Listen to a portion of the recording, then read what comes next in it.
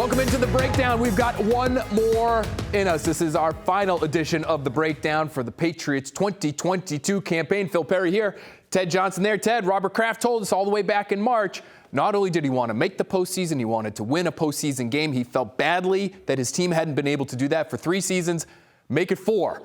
How do you think ownership is reacting today after losing yesterday? Look, Robert Kraft, he's a good man, but he is a killer, and he has high expectations for this football team, and he's a very competitive man. I know that. And so he's very disappointed. Like a lot of other fans, he's very disappointed. He's probably confused, and he probably wants answers like a lot of people do, and I don't think he's going to be satisfied until he gets those. So it's going to be a very, very interesting offseason. Did you feel as though the emotions of the day yesterday in Buffalo, we understand everything surrounding that game with the Damar Hamlin situation, the atmosphere was electric, Ted. Did you think the emotions got the best of the Patriots early on in this one?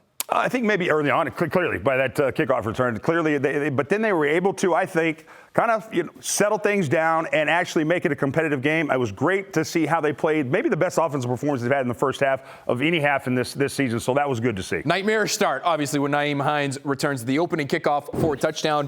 He had 2 of those, which means the Patriots allowed exactly half of the kick returns for touchdowns all season in the NFL. An unprecedented breakdown by a Bill Belichick coach team for the year. Pro Football Focus grading Patriots special teams 27th in the league. In the last 10 years, they had never been lower than 13th. Matthew Slater, after the game, said he was shell-shocked.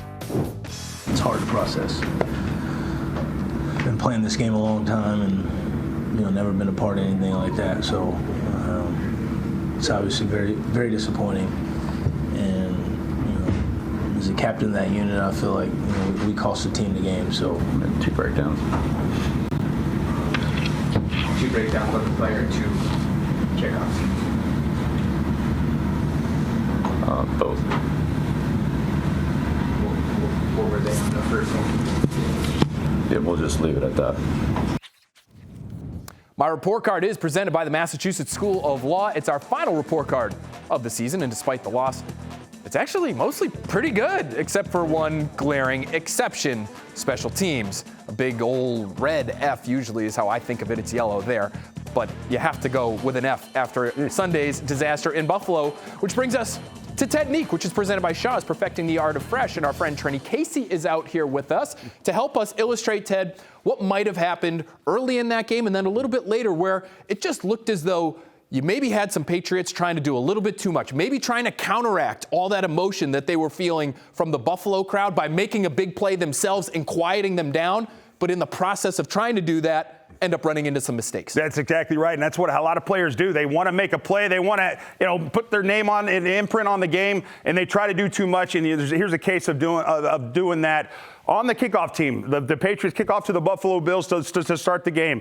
All right, as you're going down on kickoff team, you have a lane that you got to fill. All right, you have that lane. You do not leave that lane. Everyone's staying in their lanes because you are trying to build this cup and try to contain that returner.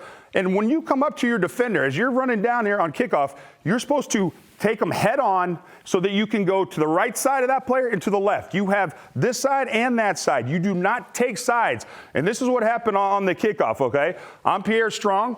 Kicking off to Hines right there, who's Trini right there. She's phenomenal. I've already seen her in warm-ups. Electric return. And Phil's going to be the blocker. They do man blocking now. They have for a while on kickoff returns. So it's man-on-man blocking. I'm running down. Say, hi, I'm running down. I'm Pierre Strong. All right, I see this blocker coming. You're supposed to take him head on. He doesn't. He gets, there's the runner. I want to go get him. He gets enticed. And he takes the inside, and then he gets washed down way out of the play, and there's a huge cutback lane for the running back, and Hines hits his head on the goalpost. You have to be disciplined on kickoff as you're running down to take that blocker on head on so that you can go to the right side and to the left side. Don't do more than you're supposed to. You see an alley to maybe take a risk.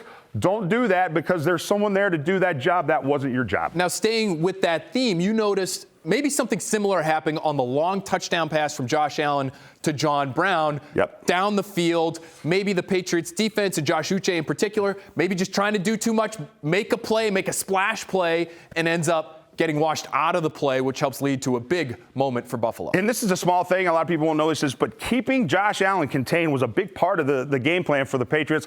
And so the edge rushers, Matthew Judon, Josh Uche, they had to make sure they did a good job of doing that. And on that play that we're talking about, John Brown, the busted play, it looked like a busted play, but it was more of a design play, and we'll show you here.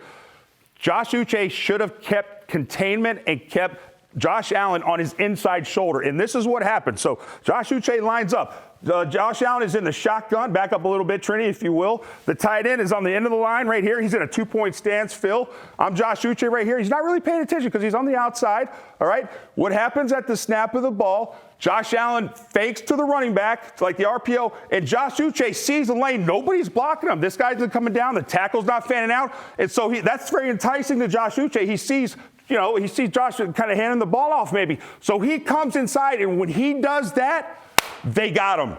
This tight end sees him, pins him down. Josh Allen tucks the ball, rolls around, and throws a bomb to John Brown because partly they knew that Josh Uche wasn't going to be disciplined on that play. He lost contained because he got enticed by seeing that. He didn't do his job. He was doing too much, and that's what happened. The Patriots, time after time, you could see players trying to make plays and going outside of what they're taught to do, Phil. 2 kick returns for touchdowns, 2 massive plays off Josh Allen's arm for touchdowns. That really was the name of the game for the Buffalo Bills yesterday. It's something Stefon Diggs has been quite used to in his career against the Patriots, coming up with big plays. In 7 regular season games against New England, Diggs has 6 touchdowns, and he's averaging just under 90 yards per game. Yesterday, he had more than 100 yards and 1 back-breaking score.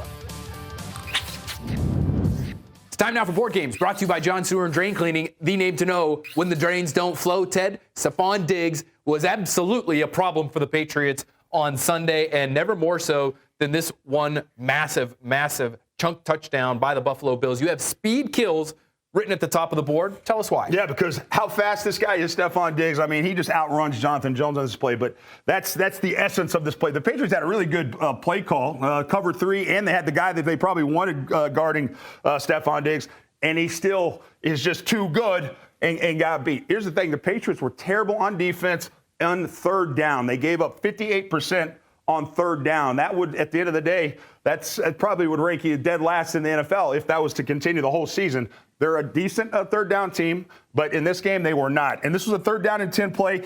I think the Patriots anticipating routes at the sticks, Phil, like a 10-yard route.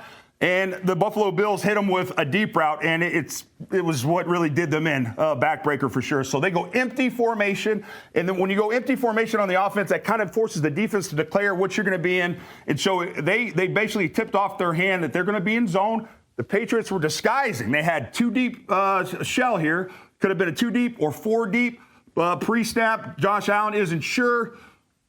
The Patriots do a great job of disguising that. At the snap of the ball, you will see Miles Bryant buzz down here from his safety position and vacate that deep shell to play 3 buzz. So here you go, 3 buzzes. You got Devin McCourty deep middle of the 3rd. You have Marcus Jones deep 3rd, and then you have John Jones deep 3rd. On this side, so what the Buffalo Bills are trying to do is to get a free release for Stefon Diggs, all right? So they short motion him behind the wide receiver so that you can't get your hands on him so that he can get a free release. At the snap of the ball, this wide receiver kind of clears the way for Stefon Diggs, who at the stem of his route, he kind of acts like he's going to maybe be breaking inside, and that makes Jonathan Jones, who's got deep thirds, who's supposed to stay back, hesitate for 1 sec, and then he just bursts outside. Jonathan Jones hesitates for 1 second. He kind of misses him as he goes by, but then he catches up to him. The problem is this 49-yard bomb right here into the end zone was a perfect throw, and it's very difficult. You can have the right guy that you want covering. You can have the right coverage, Phil, that you want for this play, but you can't defend a perfect throw. One of the best quarterbacks, if not the best quarterback in the NFL, throwing to the best wide receiver. Jonathan Jones was there to make the play, but he was just inches from getting the ball. Stefon Diggs catches it and then basically puts the game away. They had the perfect call with the kind of the guy that you want on Stefon Diggs, and it still didn't matter. That's how good the Buffalo Bills are. Jonathan Jones really been playing out of position almost all year because of injuries, has had to play on the outside, right? No J.C. Jackson, no Stephon Gilmore, and he's been competitive for a huge chunk of this season, Ted, but in a situation like that, with as much talent as the Buffalo Bills have, Patriots found out sometimes talent just wins out in this league. Great stuff from Ted there. Coming up at 6:30, tune into our Bella Early Edition with Trenny. Our pal Trenny Casey has much more on the disappointing end to the season for the Patriots and what changes could be coming. Up next, we turn our attention to the offensive side of the ball. And what, for 30 minutes, was one of Mac Jones' best days as a Patriot. We're breaking it all down right after this.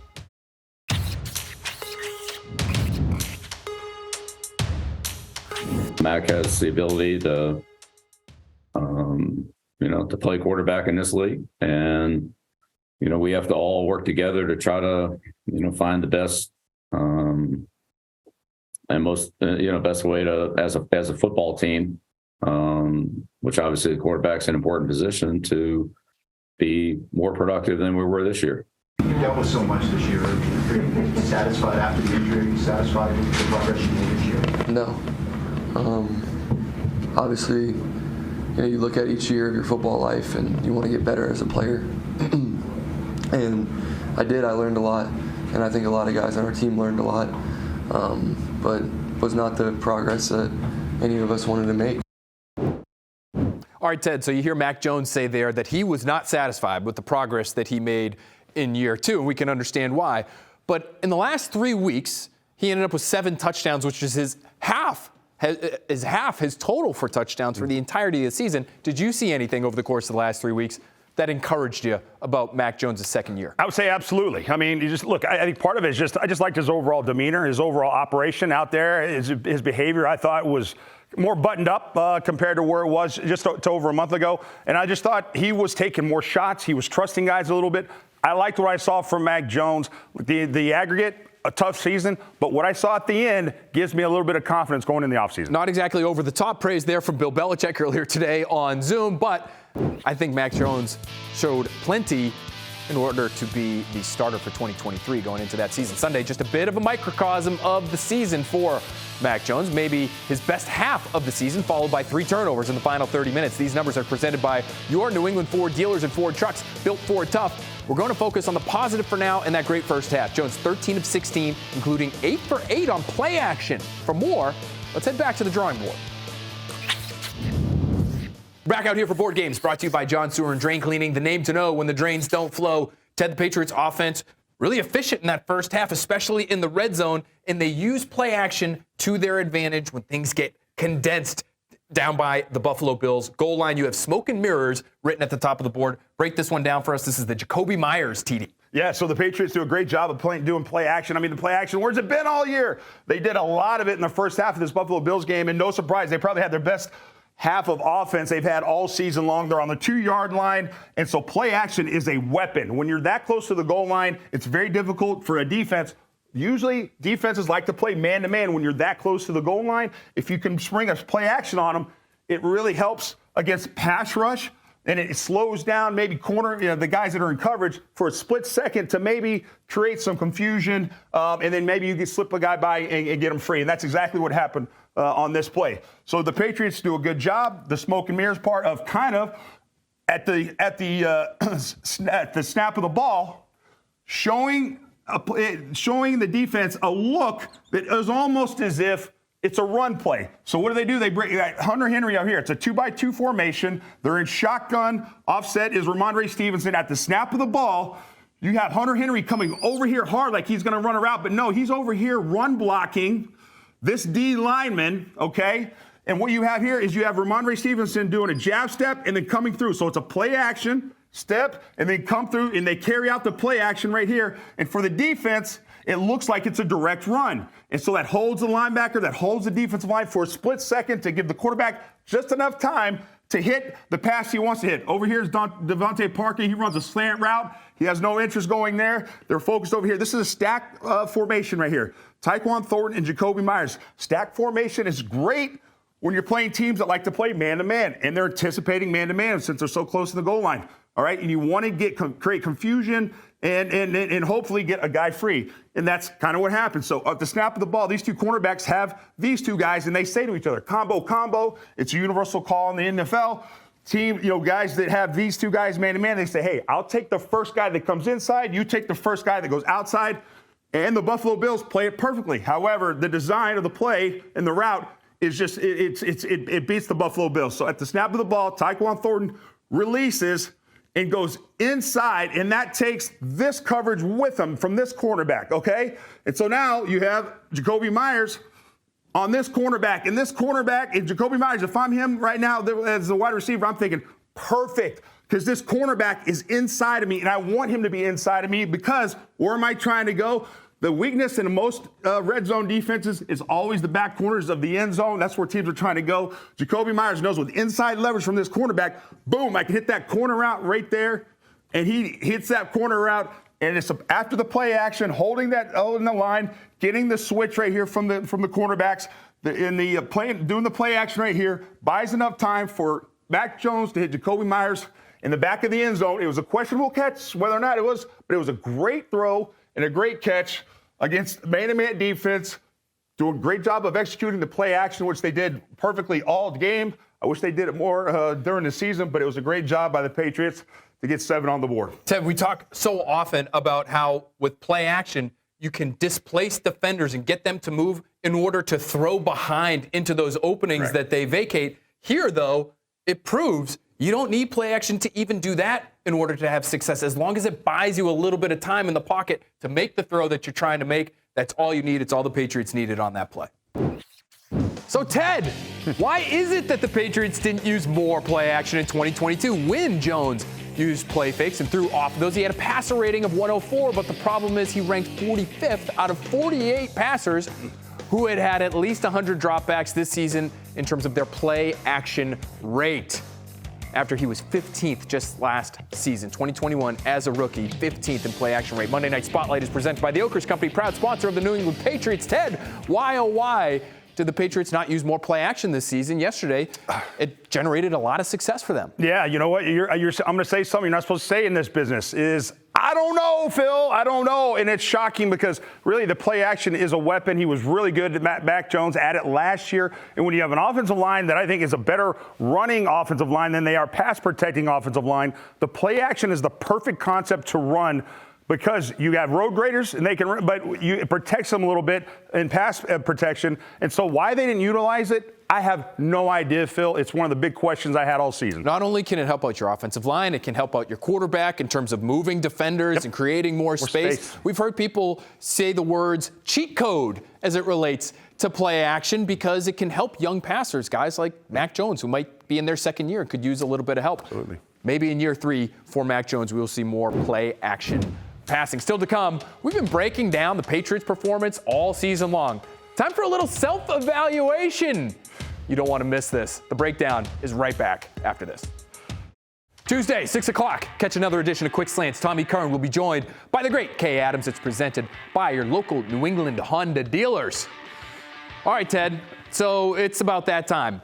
Now, I'm going to choose not to be embarrassed. I know you'll feel the same way, but our performances go on the tape, just like these players that we talk about week after week after week, and we need to get our comeuppance. So here's our comeuppance, everyone. Enjoy. 3, 2, 1. It's time now for, what's this called again? Board. Yeah, that's the one. What offensive linemen are trained to do is kind of split the formation down the middle. This is awesome. So they send D-line.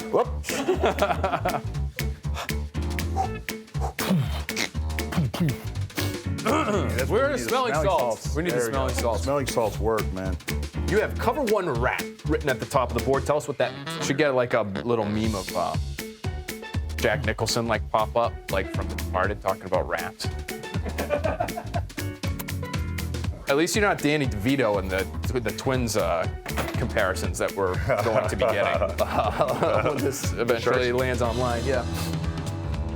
Not only with their turnovers, but with turnover.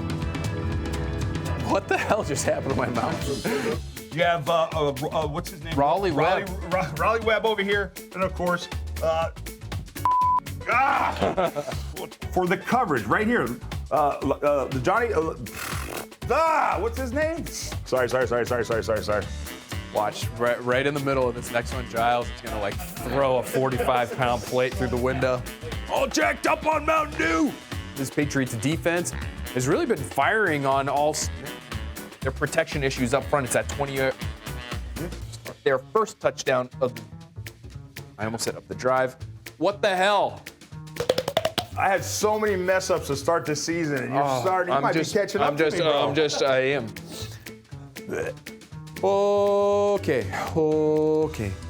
The errors are consistent, and they continue into week 17.